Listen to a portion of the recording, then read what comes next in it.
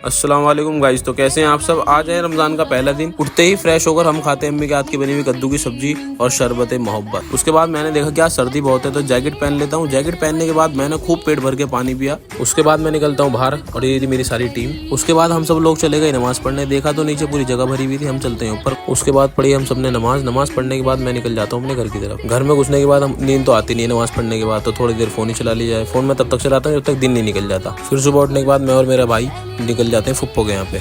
उसके बाद मैं देखता हूँ कि समद तो पढ़ाई कर रहा है, भाई कोई बात नहीं इसको पढ़ने देते हम चलते हैं। फिर उसके बाद हम दोनों भाई चल दिए घर की तरफ क्योंकि नमाज के लिए भी देर हो रही थी। फिर हमने पढ़ी ज़ोहर की नमाज। ज़ोहर की नमाज पढ़ने के बाद मैं देखता हूँ कि मेरे साथ जो मेरे दोस्त आए थे वो कहीं गायब है।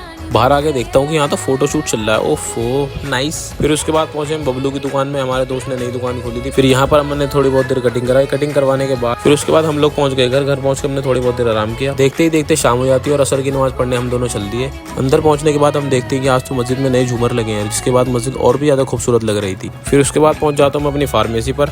फिर हमने थोड़े कस्टमर अटेंड किए। कस्टमर अटेंड करने के बाद मैं करता हूँ इफ्तियारी की तैयारी। इफ्तियारी में डेली घर से भेज देती है, लेकिन राशिद भाई साथ में तो इफ्तियारी थोड़ी और ज्यादा तैयार करनी पड़ेगी। ये रही हमारी इफ्तियारी और पकौड़ी। रोजा इफ्तियार करने के बाद हमने किया थोड़ा सा काम। इसी के साथ आपको व्लॉग अच्छा लगा हो तो लाइक कमेंट शेयर करना मत भूलना।